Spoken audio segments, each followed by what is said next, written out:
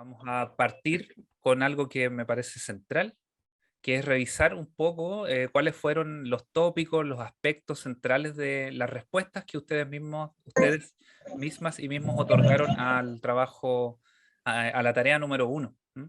Que a todo esto les damos las gracias por su participación. Fue muy interesante, muy enriquecedor revisar ese trabajo.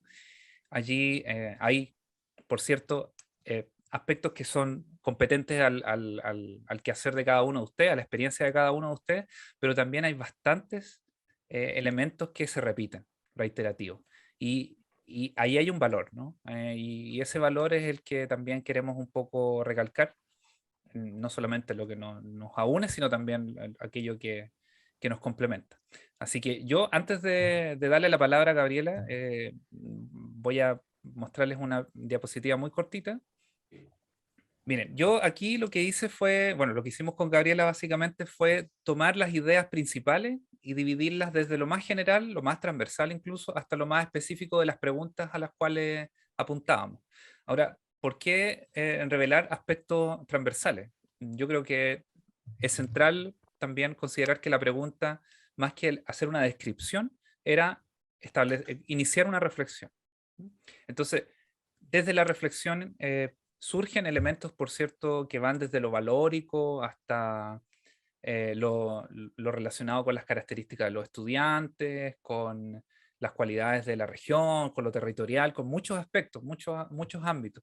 Entonces, allí hay algunos elementos que son bastante elocuentes, por ejemplo, estos primeros cuatro, que son muy amplios, por ejemplo, la relevancia que tiene el concepto del compromiso, que se repite en muchas intervenciones de ustedes, y no solamente apelando al compromiso propio, sino apelando al compromiso de los estudiantes. La pregunta filosófica es, ¿qué entendemos por compromiso? ¿No? Pero al menos en esta etapa, el compromiso de los profesores, que es el de ustedes finalmente, es algo que se repite y responde también a las características que siguen a continuación. Y una de ellas, por ejemplo, es esta necesaria vinculación con el medio regional, con la condición de aislamiento que tienen los estudiantes y tenemos también todos los que habitamos acá en Coyhaique y en la región de Aysén, y esta necesaria vinculación con la comunidad y con la naturaleza. ¿M? Son aspectos que de alguna manera responden o exigen un compromiso tal vez diferenciado del compromiso que podrían tener los docentes de otras sedes de la universidad. ¿M? Y eso es bastante particular. Allí también hay un aspecto muy interesante que es la conciencia del cambio. En la conciencia del cambio hay muchas maneras de decirlo, pero en síntesis está en bastante claridad y común acuerdo de que no vivimos en una fotografía, ¿no? Que estamos transitando realmente en un proceso de cambios acelerados que tal vez en la región o en el campus Patagonia se puedan ver con mayor elocuencia por la velocidad tradicional a la que ha pasado el tiempo en esta región, ¿no? Entonces aquí todo, cuando los cambios empiezan, se ven muy rápido, lo cual también apareció en varias intervenciones. Luego tenemos ya en lo que, entrando, digamos, en lo pedagógico, estos 5 aspectos que tienen que ver fundamentalmente ya con las prácticas docentes, en donde se destaca y se, digamos, de manera muy reiterativa la importancia del saber hacer, como tal vez el aspecto más relevante. Esto no solamente de las carreras técnicas, que por cierto el saber hacer podría ser el centro de la formación de los estudiantes, sino que también en la pedagogía. ¿M?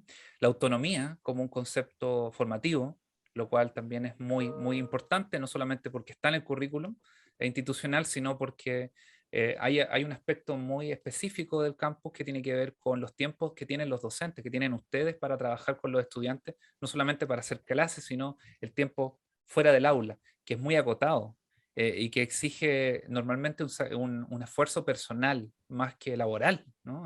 Entonces, cuando se habla de compromiso de los docentes, también se habla de esto, lo transversal, y cuando se habla de autonomía de los estudiantes, justamente responde a esta realidad, a esta urgencia, a cómo resolver procesos de aprendizaje en los cuales muchas veces los docentes no pueden estar todo el tiempo como estarían en otra realidad, como estarían los docentes en Valdivia, por ejemplo, en general. ¿Mm? Luego aparecen estos dos conceptos también que son clave, que es el desarrollo de la metacognición, es algo que vamos a trabajar hoy día justamente desde cierto punto de vista, y es esta aproximación, ¿cierto?, a los procesos formativos desde el cuestionamiento de ellos mismos permanente, desde la pregunta sobre hacia dónde nos llevan. Y finalmente la resolución de problemas, tal vez como la metodología activa, y hablando ya en metodología, tal vez más importante en el trabajo del campo. Tendríamos que hacer un estudio para comprobar si es que esto es un trabajo estadístico, para comprobar si esto es efectivamente así, pero de una u otra forma, la resolución de problemas viene a ser la metodología estrella en las carreras técnicas, y vamos a ver si en la pedagogía esto también está presente. Y finalmente, y con esto ya termino mi introducción de este trabajo de los videos, 4 aspectos que revelan la importancia del trabajo ya más bien curricular, más específico del desarrollo de los programas asignaturas. El primero y más revelador es la importancia de las competencias. Esto no parece tener nada de interesante, ¿no? Pero la verdad es que es bastante, y lo estábamos conversando con Gabriela antes de empezar la reunión, bastante interesante. ¿Por qué? Porque el centro de los programas de asignatura son los resultados de aprendizaje. Y sin embargo, el valor que dan en los videos en general, o sea, no se sientan aludidos directamente, está puesto en las competencias, lo cual significa que probablemente, y también tendríamos que conversar y analizar, y les planteo la pregunta, eh, es que la competencia, al tener un estatus institucional, ¿no? La competencia es parte del documento oficial de la carrera, del proyecto curricular de la carrera, eh, no tiene el mismo nivel de flexibilidad de los resultados de aprendizaje que suelen ser un trabajo más bien individual de los docentes. Cada docente construye, diseña sus resultados de aprendizaje versus las competencias, que son como esta construcción institucional que tiene otro estatus, ¿cierto? Y donde no hemos todavía desarrollado procesos de acompañamiento y de seguimiento microcurricular durante el año, tal vez los resultados de aprendizaje están un poquito relegados. Eso es una pregunta, ¿no? Se percibe, se siente, sobre todo los docentes que tienen un poco de experiencia, que los resultados de aprendizaje siguen siendo un trabajo de creación individual, sin socialización, y por lo tanto probablemente con esta problemática de no compartir el mismo estatus de las competencias. Es una pregunta. Luego lo retomamos, ¿no? Quiero terminar nomás con este último punto. La importancia de las actividades participativas, ¿no? Aquí también vuelve a aparecer la participación como algo central, podríamos relacionarlo con la autonomía, ¿no? Y con el compromiso. Y finalmente, nuevamente, se repite la idea del trabajo práctico, ¿no? El trabajo práctico como no solamente porque el diseño de la asignatura, de un tipo de asignatura, nos exige trabajo de taller, sino que también porque las actividades prácticas demandan independencia, autonomía y compromiso de los estudiantes, que son los conceptos tal vez transversales de este trabajo. Les doy la palabra a ustedes. Me gustaría escuchar alguna voz, alguna reflexión, algún complemento, tal vez responder un poco la pregunta que les hacía con respecto a por qué la competencia es más relevante que el resultado de aprendizaje en este punto, rectificar algo, contradecir lo que dije. Abro la palabra.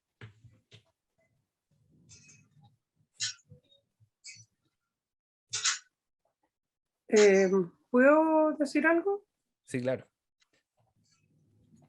Yo no creo que sea más relevante. Lo que pasa es que la competencia es la que da la capacidad, digamos, la competencia es la madurez del proceso de aprendizaje del contenido propio. Es decir, yo siento que no se pueden separar las dos cosas. Uno, de alguna manera, va desarrollando las competencias en tanto va desarrollando los contenidos del curso y las habilidades del curso, pero es un complemento de los distintos cursos. Es decir, entonces pudiera parecer que la competencia, entre comillas, fuera más importante que el contenido del curso, pero no es así. Yo diría que como que van juntos, es un proceso de maduración, pero no hay que perderla de vista. Es decir,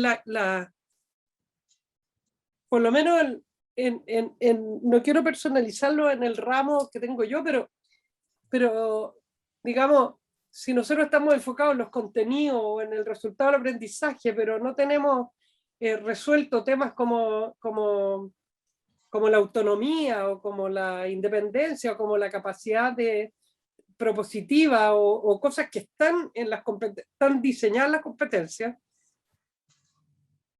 Bueno, ¿para qué están las competencias? No sé si me entienden, no están divididas, no se pueden separar una de otra. Porque el contenido no es un contenido intelectual, es un contenido general, es una transformación de las personas en el fondo. Cuando entra un estudiante, aprende una serie de conductas, aprende una serie de contenidos, aprende una serie de maneras de mirar el mundo que no tenía. Entonces aprende competencias, pero también aprende contenido, ¿no? Del inglés, de la biología o de la matemática o de lo que sea. No sé si logro explicarme. Por supuesto, sí. Gabriela. Solo quería aportar que es una visión interesante la que pudimos rescatar desde los videos que ustedes subieron a la plataforma, porque de cierta forma, pese a que, por ejemplo, las carreras técnicas, el proceso de implementación de las innovaciones curriculares es reciente, o sea, comenzó el año 2021, si no me equivoco. Mm. Hay bastante comprensión de la implicancia que tiene. Sobre todo, por ejemplo, cuando están, por ejemplo, en la primera parte de las categorías que hizo Ricardo, por ejemplo, con la conciencia del entorno y la comunidad, que eso también es parte, por ejemplo, de las competencias. Entonces, me parece interesante que lo vean de esa forma. Y lo otro que me parece interesante es que pongan en valor, que también quedó claro en las reflexiones, por ejemplo, la autonomía, que es uno de los puntos claves de la implementación de las innovaciones curriculares que, como ustedes bien saben, tienen como base el modelo educativo, ¿cierto? De esta noción de autoaprendizaje, o más bien de esta noción de que las y los estudiantes deben construir su aprendizaje, y eso implica, ¿cierto?, que tengan que desarrollar una parte del proceso de manera autónoma, y que esa autonomía también se reconozca, ¿cierto? Desarrollamos los planes de estudio en SCT. Entonces, creo que la expectativa que nos queda es que andar en muchas cosas, pero que la base más importante ya está, y ustedes, entonces creo que podemos hacer muchas cosas, y ojalá en lo sucesivo puedan aprovechar todo el trabajo microcurricular que sobre todo en el caso de las carreras técnicas, que tienen menos tiempo de implementación, van a desarrollar con Ricardo, en donde van a poder ahondar, ¿cierto?, ya de manera específica, ¿no?, de sus planes de estudio. Y eso va a ser interesante también a ver cómo lo abordan, ¿cierto? Y también me parece interesante ver cómo ustedes van notando cuáles son las necesidades que tienen, y ver si esas se relacionan con esto que ya está declarado acá, en este ejercicio que hicimos. Entonces, me parece que por lo menos desde el punto de vista de lo que nosotros esperábamos, se cumple con la meta completamente. No sé si vamos a centrarnos, ¿cierto?, en el segundo módulo que compone este curso, que tiene como principal propósito que podamos reflexionar en torno a la importancia de las metodologías activas, y esta importancia basada, ¿cierto?, en la vinculación que tiene la aplicación de las metodologías activas con el modelo educativo, ¿cierto? Y entendiendo que ustedes en este momento están implementando proyectos curriculares innovados, por lo tanto, están implementando ciertos perfiles de egreso que están alineados con este modelo educativo. Queremos aplicar una metodología activa con ustedes para que podamos analizar el paso a paso, ¿cierto?, de esta metodología activa, y que podamos en detalle ver cuáles son los beneficios, ¿cierto?, de aplicar esta metodología activa, que es el aprendizaje basado en problemas. Ahora, avanzar, por favor, Ricardo. En el chat, o si quieren, ¿cierto?, intervenir, ¿cómo definen ustedes el concepto de metodología activa? ¿Ocupan metodologías activas?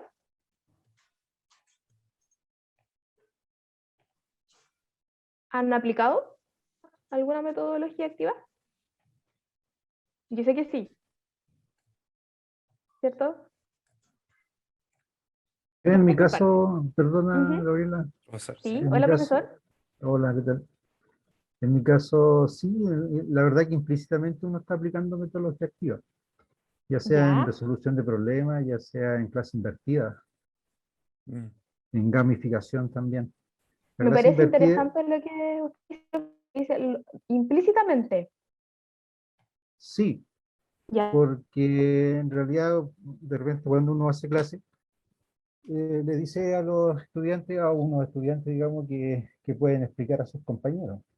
Ujú. Entonces como que revierte el proceso ya desde el mismo estudiante va como la instrucción hacia el grupo. Eso me parece a mí que es metodología, o sea, digamos, clase invertida. Claro. Y en el caso de resolución de problemas, bueno, en matemática es como, es como la metodología más llamativa, digamos, más con razón, digamos, que se puede dar en la matemática, en la física también. Súper. Eso.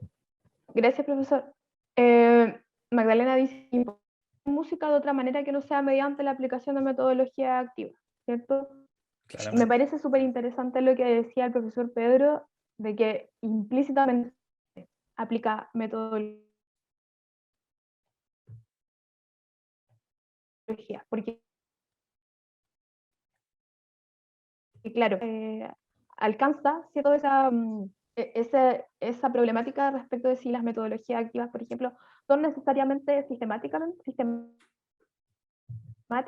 son necesariamente intencionadas, ¿cierto? Solo,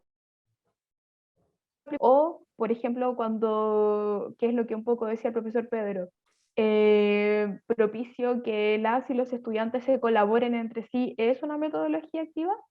Es interesante eso, ¿cierto? Ahora, claro,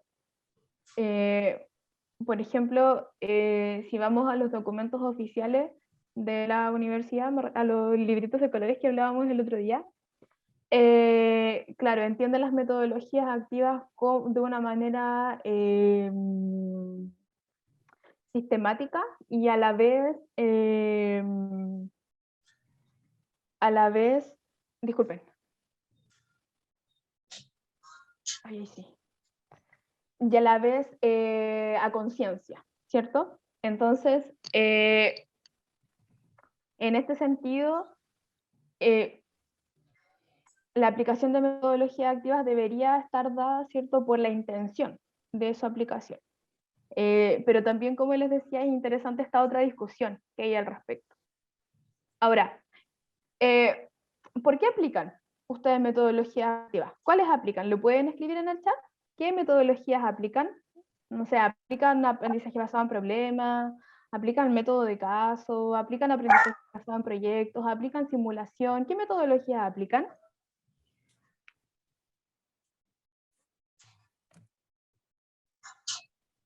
Ya, aprendizaje basado en el pensamiento. Interesante. No lo conocía. ¿Qué otra metodología aplican? ¿Aplican la clase invertida? Profesora Tatiana. Sí, yo quería, a propósito de lo que tú preguntas, yo el año pasado participé, fui estudiante de metodología activa, de ADP, Súper. y me saltó a la mente ahora cuando tú decías que, a propósito de lo que mencionaba el profesor Pedro, de que uno lo hacía de forma implícita muchas veces, yo participé como estudiante de un proyecto ADP intencionado, donde el profesor planificó que trabajáramos una temática en formato ADP, y extrañamente para muchos de nosotros fue muy confuso hacerlo, porque si bien estaba intencionado por el profesor, muchos no conocíamos la dinámica de ABP, y el ABP suele ser un poco caótico en su propósito y en cómo seguía también el proceso de aprendizaje. ABP, problemas o proyectos. Sí, ABP problemas. Ya. Sí. Y como dice el profesor Pedro, a veces uno lo intenciona y puede dar resultados, pero es tanto más relevante que lo trabajemos de forma planificada e intencionado, tanto desde el profesor, pero también conocido por el estudiante, porque uno a veces no sabe cómo guiarlo y no sabe qué tan bien va en el proceso, y probablemente la metodología activa ya no dé el resultado que uno esperaba. Entonces me surgió eso porque lo viví como estudiante. Qué interesante, ¿ah? Qué Mm. interesante. ¿Y hiciste un curso de aprendizaje basado en problemas? ¿Un No, curso diplomado? era un diplomado Ya. de educación y una parte de nuestros cursos y de nuestros proyectos era a través del ABP. Entonces Ah, ya era en la nuestro profesor universidad. nos intencionó a hacer un trabajo para uno de los seminarios basado en el ABP. Ya. Pero no todos manejábamos la estructura de hacer ABP. Entonces, él lo intencionó, lo planificó, seguimos cada una de las etapas del ABP.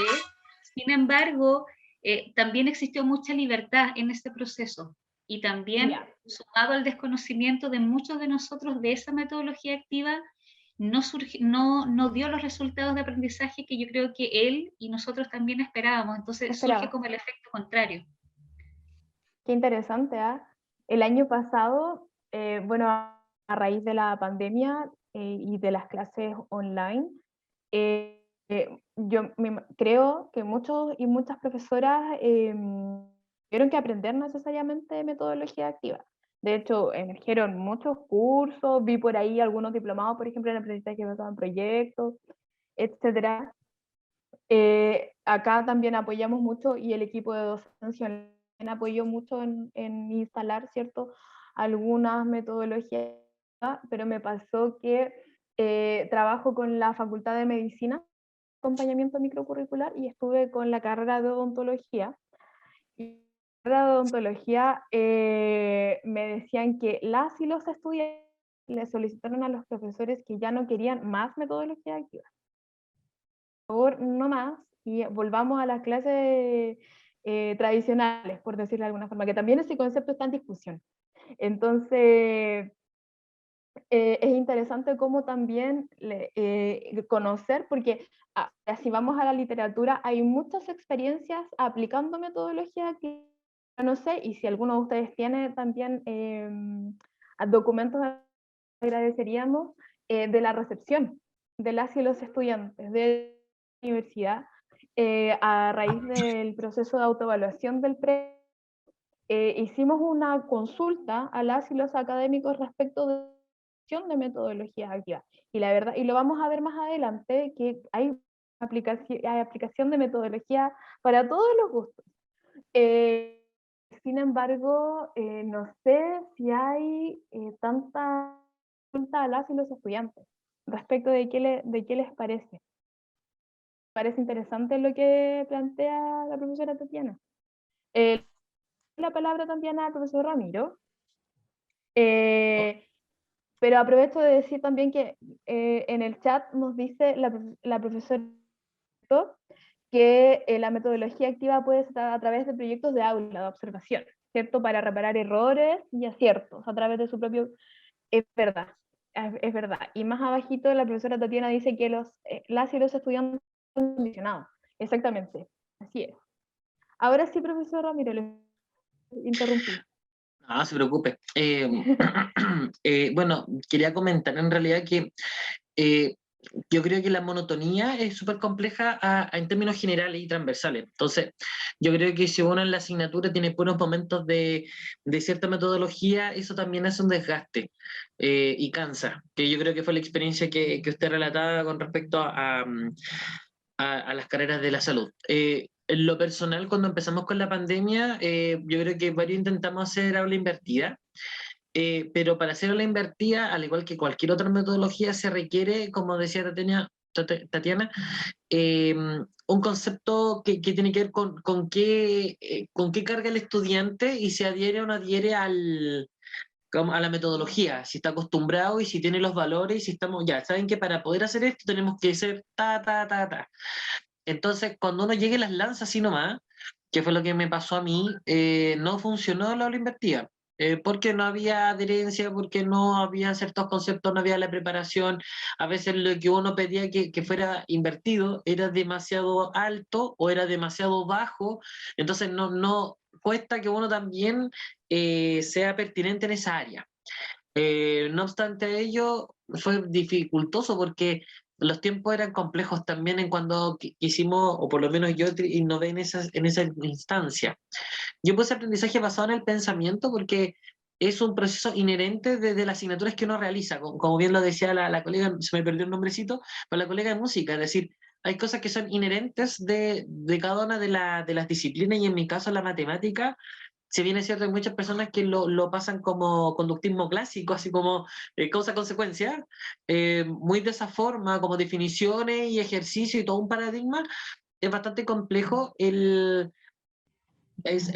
bastante complejo dar una manera de cómo se razonó la matemática en mi caso en su momento, en términos históricos, y a la luz y al alero de eso uno dice, ¿sabes qué? No, pues la matemática no se aprende de esa forma. A pesar de que muchas prácticas pedagógicas son como las tablas de multiplicar, 2 por 2 son 4 y 2 por 5 10. El aprendizaje basado en el pensamiento radica en por qué 2 por 5 es 10. Y cuando el estudiante entiende los porqués, que es otro paradigma que ni siquiera está dentro de los 4 pilares, que son el aprender ser, el aprender a convivir, sale de ahí, porque no es como ya vamos a aprender esto porque lo vamos a usar, sino que lo vamos a aprender y lo aprendemos porque es de esta manera o se entiende con estos desencadenamientos. Y el aprendizaje basado en el pensamiento recopila eso. En el fondo es un aprendizaje activo donde el estudiante ve sus conocimientos previos y con esos adquiere nuevos conocimientos a partir de la razón de las cosas, de por qué es así, por qué 2 por 5 es 10. No basta con decir que 2 por 5 es 10 y porque así los puentes no se caen y así se construyen las escaleras por decir una estupidez, sino que más allá del quehacer y cómo convivimos con él es por qué es así. Me parece interesante eso y también ligándolo un poco a lo que ustedes indicaban en el foro del primer módulo, que tiene mucho que ver con la noción de aprendizaje que tenemos, ¿cierto? Las y los profesores, pero también la noción de aprendizaje que tienen sus estudiantes, ¿cierto? Y del condicionamiento. Entonces, me imagino que, por ejemplo, para aplicar el aprendizaje basado en el pensamiento, se necesita cambiar, ¿cierto? O instalar en las y los estudiantes la necesidad de responder a la pregunta ¿por qué? ¿Cierto? Súper interesante, podríamos hablar, me Sí. imagino que largo y tendido al respecto. Similar ejercicio podría suceder en el caso que menciona el profesor Lautaro, el aprendizaje basado en proyectos, que también demanda cierta preparación, ¿no? Ciertas competencias y habilidades previas. También la metodología que menciona el profesor Hugo, basado en la toma de decisiones, ¿no? O sea, para poder tomar decisiones hay varios procesos y él podrá contarnos también previos antes de una toma de decisión. No es llegar y empezar por la toma de decisión, probablemente no.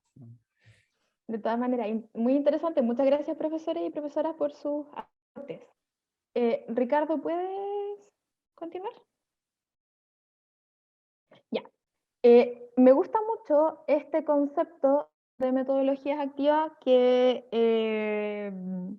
es de dos profesores de la Universidad de Santiago, en donde, ¿cierto?, parten indicándonos cómo debemos pensar la docencia, dada, ¿cierto?, la aplicación de metodologías activas. No me voy a detener mucho acá porque es parte del foro, ¿cierto?, de este segundo módulo, en donde les pedimos a ustedes que tomen esta definición o esta acepción, este concepto de metodologías activas y que lo podamos discutir. Y me gusta mucho también porque es bastante respecto de cuál es el rol del docente. Ahora, podríamos agregar, ¿cierto?, a la discusión en el foro, en donde vamos a centrarnos en esta cita, respecto de, claro, tenemos un rol del docente bastante claro en términos de la aplicación de metodología activa. Sin embargo, a lo mejor podríamos preguntarnos, ¿y cuál tendría que ser el rol del estudiante? El rol del estudiante tiene que ser protagonista, participativo, etc. Pero ¿qué necesita, cierto? ¿Cómo debe ser mi estudiante para que la aplicación de metodología tenga éxito, ¿cierto? Preguntémonos eso también. Agregar en el foro del Cibeduc. La relación o la vinculación de tecnologías activas con el modelo educativo es esto, lo que tenemos acá, ¿cierto? En el modelo educativo, bajo el enfoque por competencia, o la estudiante es el foco del proceso, es el objetivo. Por lo tanto, debemos entenderlo o entenderla como un protagonista. Significa que sea protagonista. Significa que, de manera muy simple, y es que cuando diseñamos de enseñanza-aprendizaje tenemos que diseñarlo de tal forma que las estrategias para poder desarrollar los resultados de aprendizaje tienen que estar dadas en que las y los estudiantes hagan cosas, ¿cierto? Ahora, en el hacer cosas, estoy limitando otro tipo de actividad, pero la idea acá es que se favorezca la autonomía y la colaboración de las y los estudiantes, entendiendo que una de las bases o la base de este modelo es el paradigma constructivista, ¿cierto? O sea, que la y el estudiante se le den todas las posibilidades para que sea él o ella quien construya o desarrolle, porque ya que estamos hablando de habilidades y de competencias, que desarrolle las habilidades que están dadas en las competencias. Avancemos, por favor, Ricardo. Ya. Esto es lo que les decía, ¿cierto? Que el año 2020 aplicamos una encuesta a las y los académicos. No sé si alguno de ustedes tuvo la posibilidad de participar en ese proceso de consulta, y aquí está, ¿cierto?, la gran batería y la diversidad de metodologías que aplican. Un 79% de las y los académicos indicó que aplicaba metodologías activas. Y ahí está la larga lista de metodologías que indican que aplican. Por ejemplo, muchos nos decían que aplican efectivamente el aprendizaje basado en problemas, ¿cierto? Ahora, el aprendizaje basado en problemas es diverso y tiene distintas estrategias y focos o énfasis. Entonces, también sería interesante saber de qué forma lo aplican. Eso también es una deuda que tiene, ¿cierto?, la universidad con deuda de generar conocimiento, me refiero, de saber cómo abordan, ya que está dentro de las características del modelo, la aplicación de metodología activa. Sería interesante saber cómo eso se lleva a cabo en el proceso de enseñanza-aprendizaje. Y avancemos. En el siguiente. Vamos a centrarnos entonces en el aprendizaje basado en problemas. Ahora, me gustaría saber, en los minutos que nos quedan,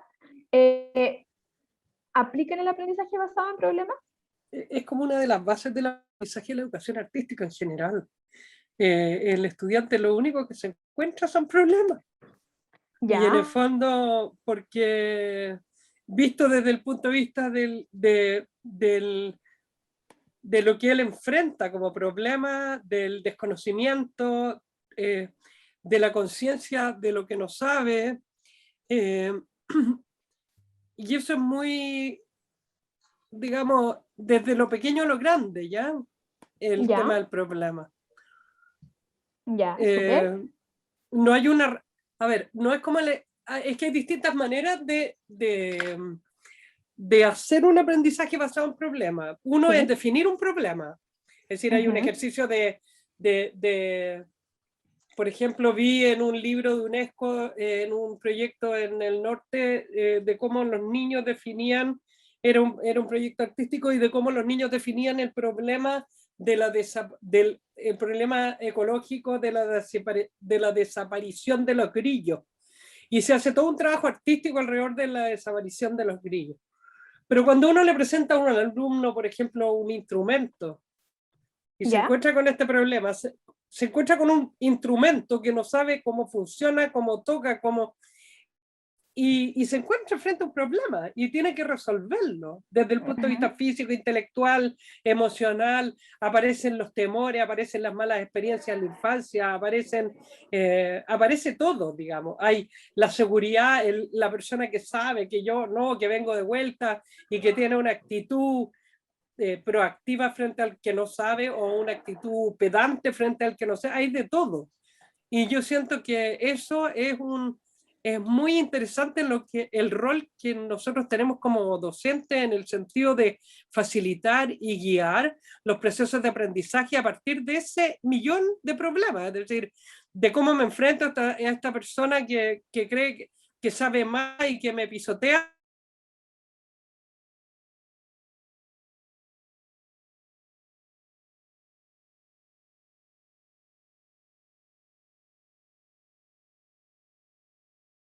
Conversarlo y trabajarlo y procesarlo con los estudiantes como parte del proceso también es un ejercicio súper interesante porque los estudiantes van a encontrarse con la misma situación cuando ellos sean profesores.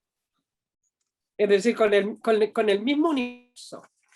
Entonces es clave el rol que uno tenga en el sentido en que uno no puede imponer contenido y decir tengo que hacer esto porque tiene mucho que ver con lo que uno encuentra en el aula en términos de estas habilidades o de esta resolución. En el fondo vamos resolviendo otro tipo de problemas con una flauta o con la experiencia de tocar una flauta. No sé si lo logro explicar bien.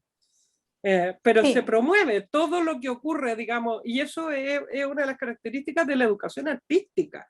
Y por eso nosotros peleamos tanto de la importancia que tiene la educación artística, porque la educación artística te posibilita como una cosa mucho más amplia que solo aprender un contenido. Es una experiencia. Y en ese sentido la experiencia musical, artístico-plástica, es tan importante y que no es solo del intelecto, sino que involucra la emoción, el desarrollo intelectual, emocional, psicológico, psicomotriz. Se trabaja desde todos los aspectos. Súper, gracias profesora. Claro, ahora, nosotros nos basamos en estos autores para poder establecer pasos, ¿cierto? Que ustedes van a ver más adelante con Ricardo, para poder resolver el problema, para poder aplicar la estrategia de aprendizaje basado. Pero también es importante que podamos establecer algunas características. Por ejemplo, es ideal el aprendizaje para aplicar en grupos más pequeños, por ejemplo. Que también es ideal para que se pueda colaboración entre estudiantes. Entonces, tiene varias cosas y acá el desafío es como que actuar. Por ejemplo, quiero aplicar el aprendizaje basado en problemas. ¿Dónde lo aplico? De mi programa de asignatura. ¿En qué parte de la planificación del pertinente esta aplicación? ¿En qué contenido? No contenido, me equivoqué. ¿En qué resultado de aprendizaje? Entonces, esa conversación también y ese análisis y esa reflexión también es importante.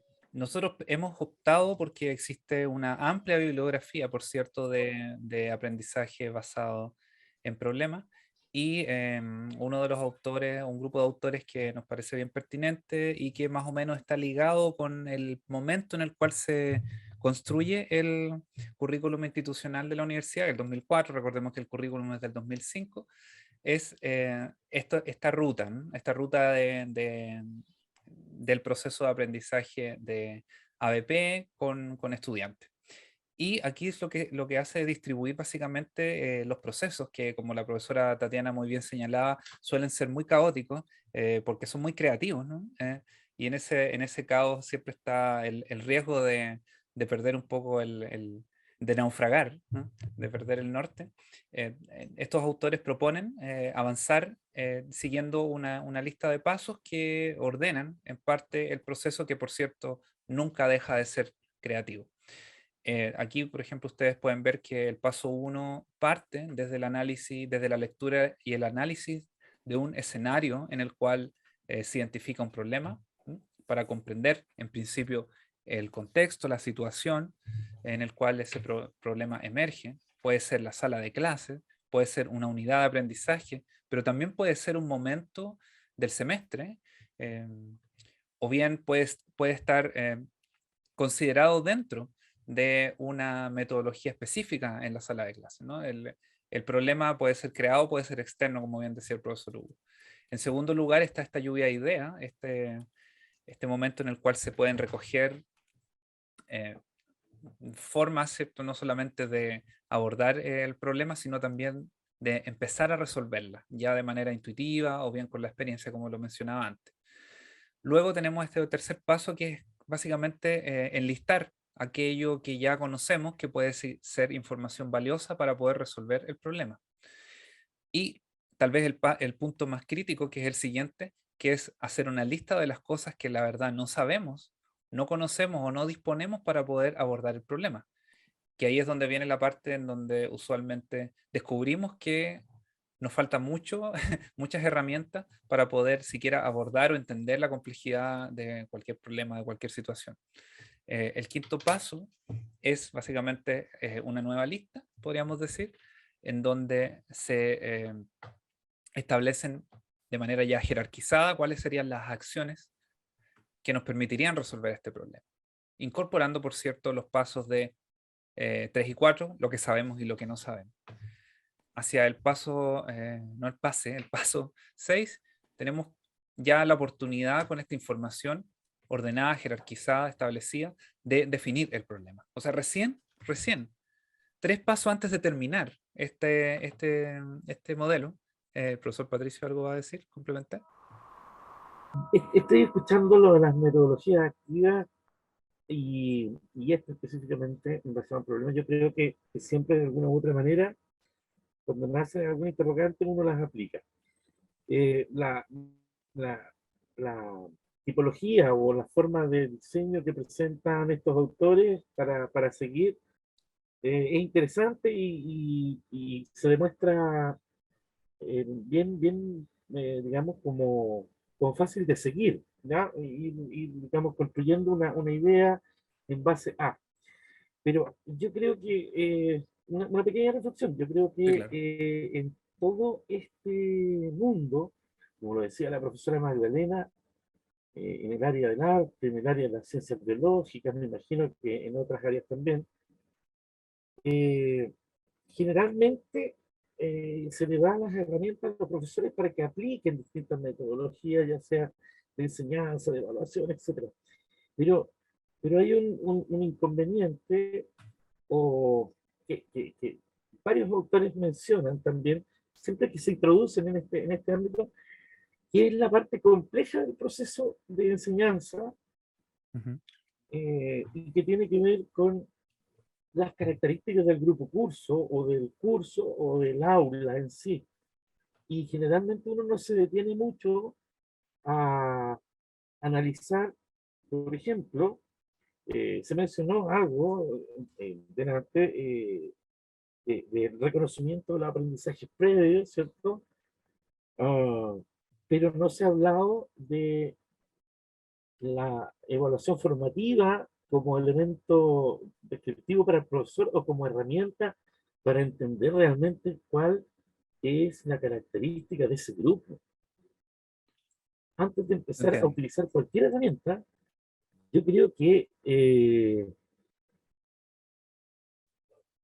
la base o el principio debería estar orientado en la identificación de las conductas de entrada también de los alumnos para poder después generar una metodología basada, por ejemplo, en problemas.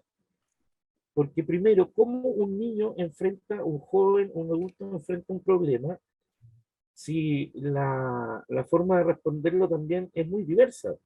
Desde el bloqueo al interrogante, desde la salida fácil o desde la respuesta porque yo tengo que responder frente a eso. Entonces, eh, yo creo que, no sé, para nosotros a lo mejor, o se está considerando el curso herramientas como para poder aplicar dentro de nuestro desarrollo, ¿cierto? docente. Pero también lo dejo ahí, no sé qué dicen los demás colegas, pero lo dejo ahí pendiente. ¿Qué herramientas nosotros tenemos también como para poder identificar o de alguna forma conocer, y sobre eso conocer el estado, las características de nuestros estudiantes, para después nosotros poder vincular con la aplicación de esta metodología? Yo creo que a veces nuestra falla en el proceso de enseñanza-aprendizaje es eso, que nos subimos al tiro una herramienta y tratamos de aplicar, ¿cierto? Y modificar conductas aprovechándola, y eso es eminentemente guiado y nos complica. Yo creo que complica el proceso de utilización de cualquier herramienta. No sé si se entiende algo de lo que quiero plantear. Muchas gracias, profesor. La verdad es que yo creo que va en perfecta sintonía con la propuesta de estos pasos, ¿no? Esto es una manera simplemente de entender es una abstracción para poder entender un fenómeno. Por ejemplo, usted mismo dice, el gran problema es partir por un desafío sin diagnosticar a los estudiantes, ¿sí? Sin tener las herramientas específicas para poder levantar primero esa información, que sin duda es central, y en eso no estamos de acuerdo. Pero la verdad es que si lo ponemos en las palabras de esta propuesta, lo que estamos haciendo es que usualmente partimos desde el paso 6, de un problema que ya está definido, pero no hicimos el diagnóstico, que puede ser perfectamente los pasos anteriores, el conjunto de los pasos anteriores. Se fija, la lista de lo que conocemos y lo que no conocemos se parece mucho a elaborar un diagnóstico. O sea, elaborando un diagnóstico vamos a saber qué tenemos, qué herramientas y qué conocimientos tenemos a nuestro favor y cuáles no. Entonces, tal vez el punto de partida, que es establecer desde unidireccionalmente el docente el problema, es en sí problemático porque no pasa, digamos, por estas etapas anteriores, que no son ni siquiera pasos previos, sino que son el corazón del proceso, ¿no? O sea, no podemos simplificar el proceso a los últimos pasos, al 6, 6, 7 y 8, ¿no? La verdad es que la médula de un proceso, como está considerada esta metodología de aprendizaje basado en problemas, está en ese levantamiento de información, en ese proceso que además no es solamente medir, sino que es dialogar, abrir espacios de reflexión, conversar, problematizar, tensionar, estar de acuerdo, estar en desacuerdo, y luego cuando ya estamos todos, digamos, en sintonía, bueno, definamos el problema, ¿no? El problema viene en ese momento, tras ese diálogo, tras esa conversación, tras ese diagnóstico, etc. Entonces yo creo que tenemos sintonía con la mirada de abordarlo. Ahora podemos efectivamente considerar esta metodología como complementaria a los diagnósticos, como una segunda etapa, sin duda. Probablemente en esa segunda etapa ya no tengamos que hacer todos los pasos porque harto hemos adelantado con el diagnóstico. ¿Se fija? Entonces, esto simplemente es una manera de poder secuenciar algo que usualmente es algo desordenado, ¿no? O algo que requiere tal vez una guía, una ruta, como llaman estos autores. Bueno, me quedaba solamente mencionar los últimos dos, no sé si yo creo que si alguien quiere tomar la palabra, por favor, porque esta conversación es interesante, ¿no? Que tiene que ver ya con las herramientas que tienen los docentes para trabajar en el aula. Simplemente levanta la mano e interviene, no hay ningún problema. En el paso 7, bueno, y el 8, básicamente lo que proponen estos autores es iniciar la investigación o iniciar el análisis y la interpretación de los datos, ¿no? Y finalmente es presentar esos datos, ¿no? Estos elementos que son más bien la presentación concreta de todo el proceso anterior son muy relevantes, pero sin duda solamente representan la complejidad previa. Profesor Hugo, ¿sí?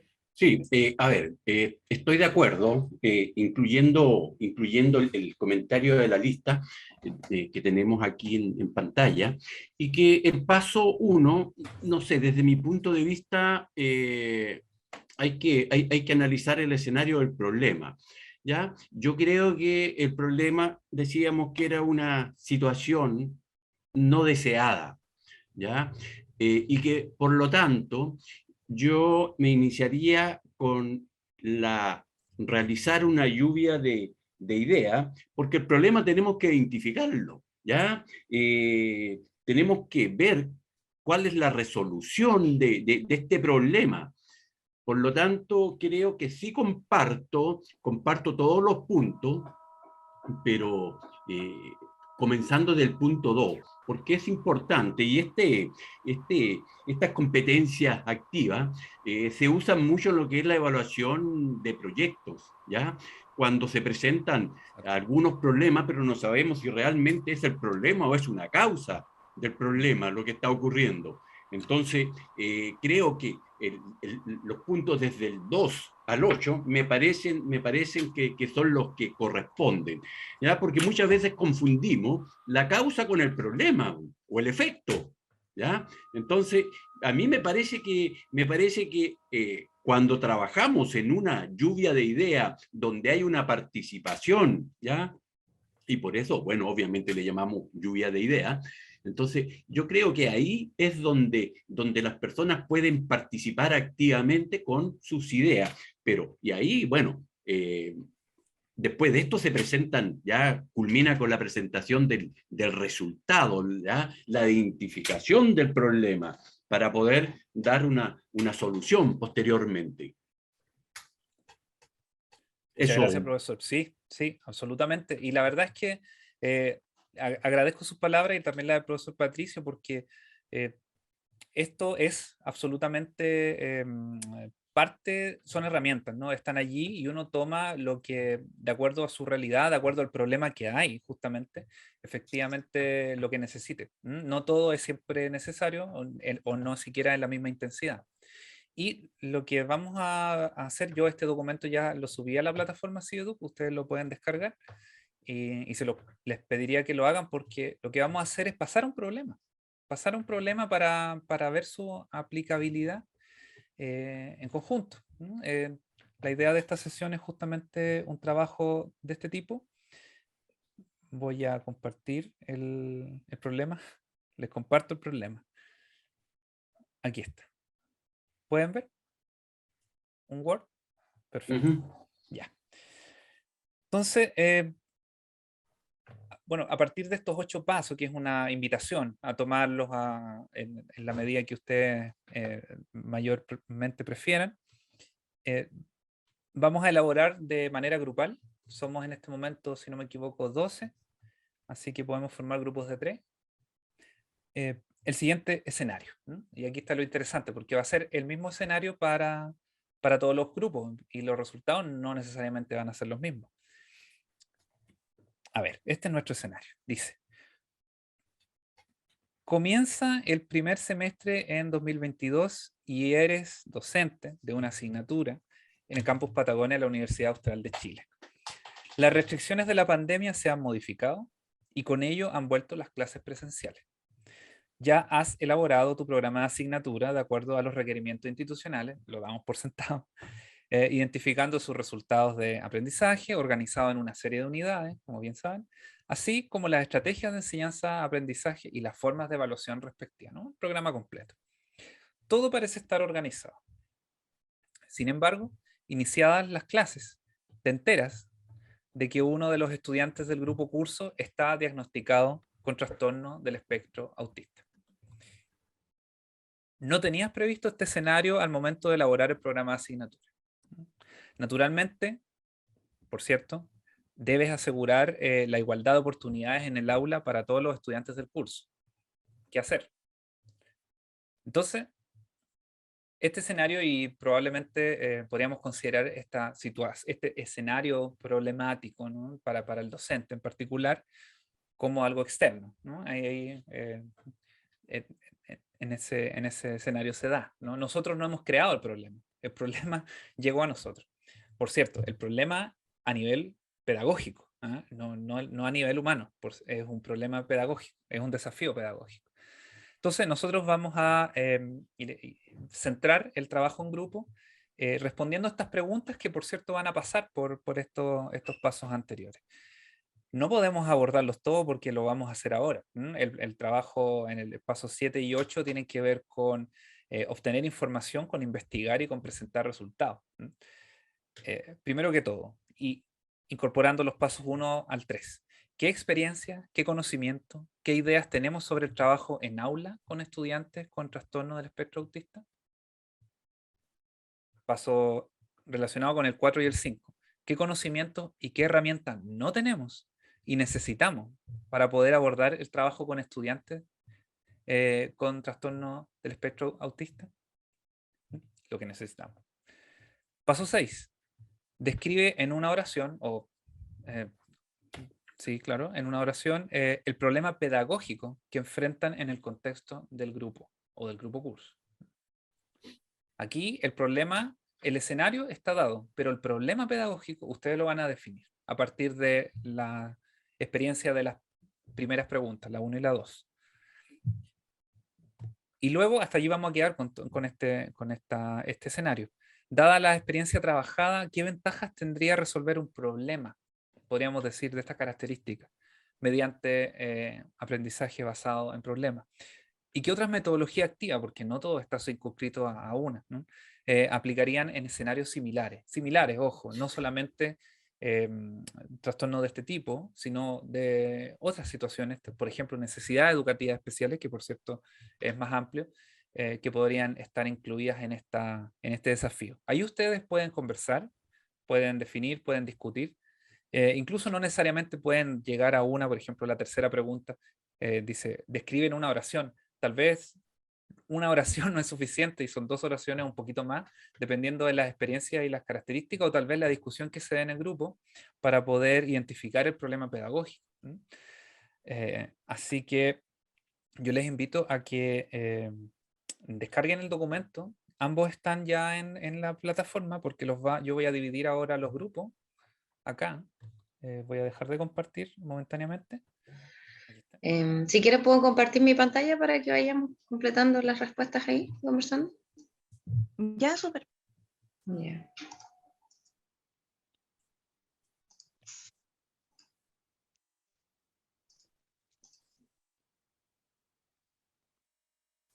Con respecto a esto, Ricardo, bueno, yo quería comentarte que me costó un poquito relacionarlo a lo que yo trabajo, porque para la resolución de problemas lo básico que hay que tener es un buen manejo del lenguaje. Y en mi caso eso es lo que yo trato de desarrollar con los estudiantes. Igual traté de relacionarlo a algunas otras actividades, qué sé yo, pero en metodologías activas no sé si tanto modelo basado en problemas tengo como para aplicar. Creo que ocupo más otras cosas. Pero igual voy a aportar aquí desde mi experiencia y todo. Perfecto, perfecto. Además que la cuarta pregunta apunta justamente a otras metodologías tal vez más cercanas, por ejemplo, a lo que Claro. haces en el aula. De todas maneras, lo que nosotros quisimos intencionar aquí, más que un trabajo específicamente con los estudiantes, cómo la metodología la usamos nosotros para resolver un problema desde la perspectiva de los profesores, Claro. más que desde la perspectiva de los estudiantes. Así que bueno, vamos a ver qué sale. Ahí ustedes Vale. dirán. Súper. La ventaja o el enfrentarse o entrevistarse con los padres en este caso fue de súper una ayuda bastante importante para poder plantearme bien cómo afrontar la situación en sí. Qué importante. De hecho, lo anoté en el punteo que voy haciendo de nuestra conversación, lo apunté como un hecho o una acción fundamental. En este caso, si lo llevamos y lo aplicamos a la tarea y a lo que debemos hacer ahora en la ruta de estos como procesos, que sería como en el punto 5, ¿no? Como, ¿qué necesitamos para resolver este problema que ya quedamos en que, claro, no era un problema, sino un desafío? Y investigar sobre el tema y la entrevista con los padres. Qué buena experiencia. Gracias, Lautaro. Hola. Oh, ya, Ricardo está grabando. Ya. ¿Qué Llega Ricardo con la conocimiento? grabadora. Oye, pero podemos poner ahí qué experiencia y conocimiento igual tenemos, como puedo poner yo ahí una opinión personal de que creo que Sí, cuando po. hay estudiantes especiales, no sé cómo se llama eso, la universidad debería asumirlo como...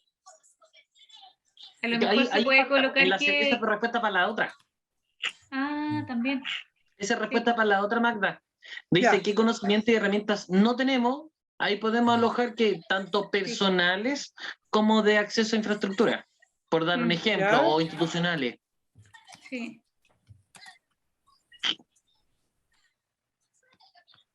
Ya. Personales, institucionales y Entonces, metodológicas igual podemos colocar, de que no Ujú. siempre todos los profes sabemos qué tipo de, quizás, no sé, o material utilizar, o lenguaje utilizar, o tipo de vínculo, porque, por ejemplo, en este caso en particular, la forma del trato igual es clave.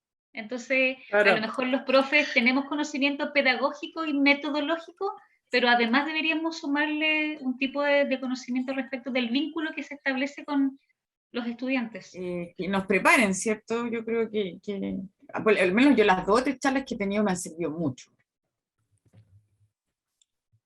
¿Sí?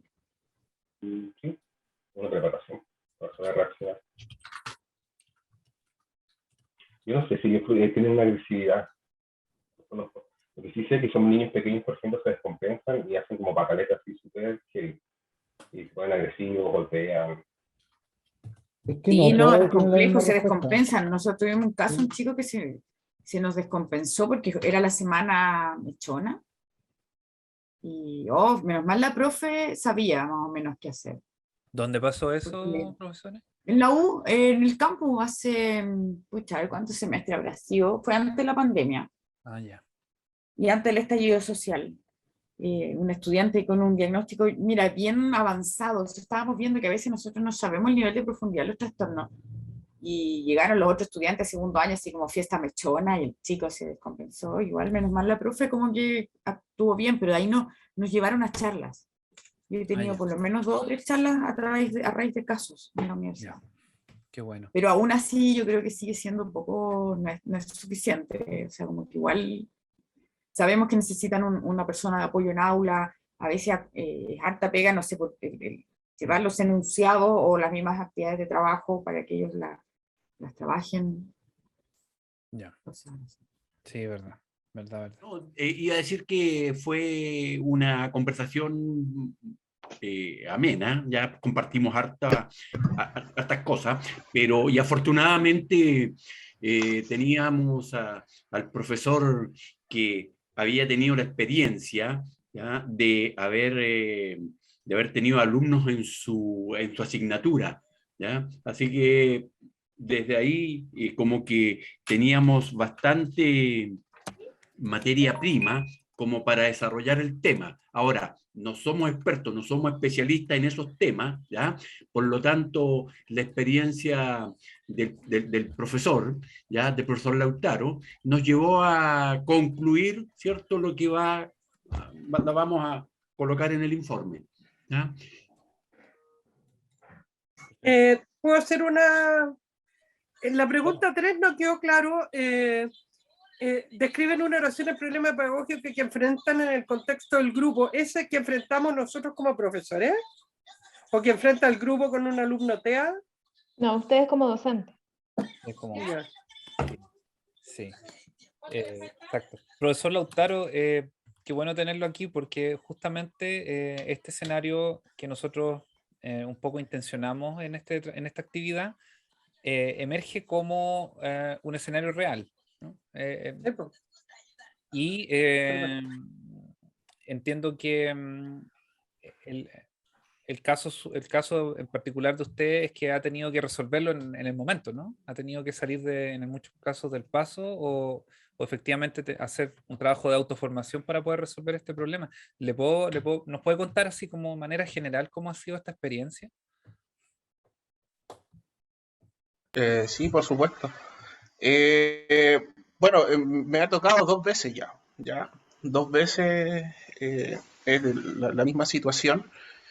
Y lo que le comentaba a mis colegas es que cada, y lo que he podido también descubrir, es que cada persona que tiene, que con TEA, es un mundo diferente y no hay como una directriz específica a seguir en, en ningún caso en particular, sino que más bien es comunicarse o tratar de comunicarse con el alumno y también concluíamos que con el entorno, pero con el entorno familiar del alumno, que en ciertos momentos eso fue lo que más me ayudó a poder afrontar las diferentes situaciones que eventualmente iba a tener dentro del aula.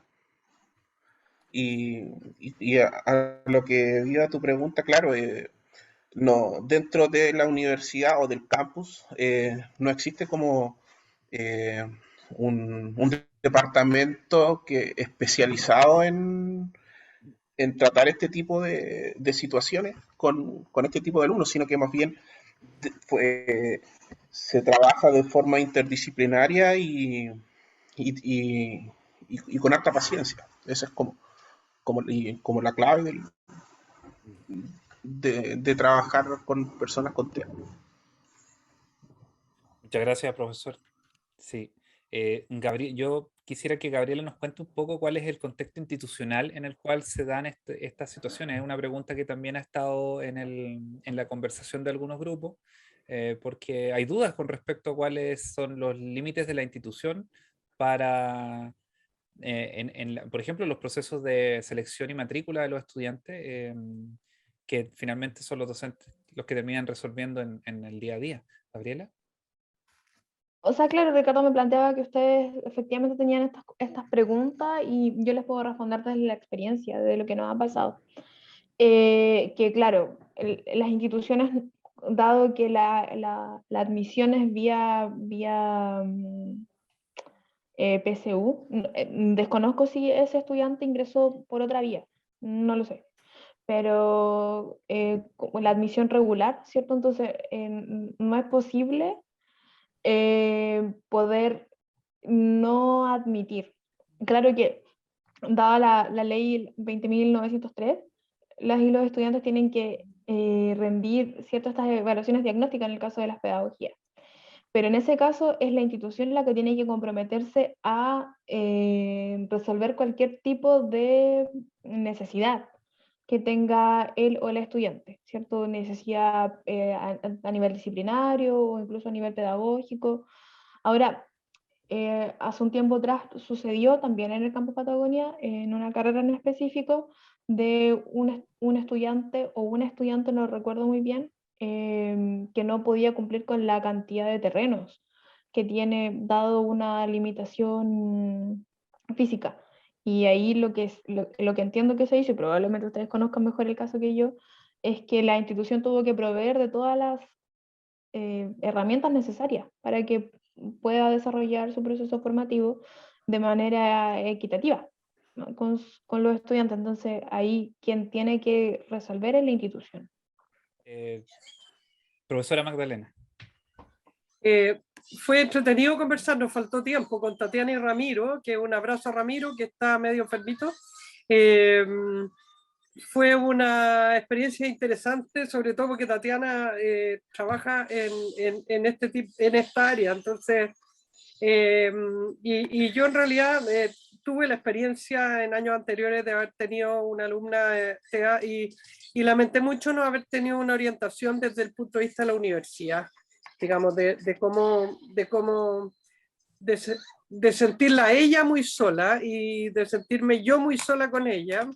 Creo que esta conversa es súper importante y ojalá pudiéramos abrir un taller a los profesores en un claustro, porque también hay un paradigma respecto a estos alumnos, que hablamos de eso, y creo que es como a mí fue como el gran regalo que recibí de esta conversación, de romper el paradigma que tenemos de que tenemos que ayudar al estudiante, sino, como lo entendí yo y lo recibí yo y me encantó, es como tenemos un estudiante distinto a quien vamos a acompañar de una manera distinta. Y esa flexibilidad es clave para que a él le vaya o a ella como estudiante le vaya bien, no solo en su carrera, sino en la vida. Y ojalá nosotros como sociedad fuéramos un poco así, ¿no? Romper un poco los estereotipos, los paradigmas y poder abrirnos a otras miradas, a otras experiencias. Y así que yo quiero darle gracias a Ramiro y a Tatiana porque recibí un regalo bien importante hoy día en esta tarea. Y gracias a ustedes, chiquillos, por meterle cabeza, por pensar también en estas cosas, porque es súper importante. Bueno, colegas, profesoras, profesores, yo quisiera entonces pedirles si es que es posible, para no acumular trabajo, a los que les falta el videíto de la actividad 1, tenerlo junto con este trabajo, cosa de que no se nos haga un cuello de botella de actividades, sería innecesario la verdad, porque de hecho teníamos una actividad, y lo mencionaba los grupos también, de hacer otro trabajo. En nuestro programa teníamos que hacer un mapa conceptual. Pero la verdad es que cuando generamos esta actividad nos dimos cuenta de su importancia y su profundidad, y preferimos darle espacio para trabajarla, abordarla con calma, ¿ya? Y no ir sumando actividades que pueden un poco estar desconectadas una de la otra.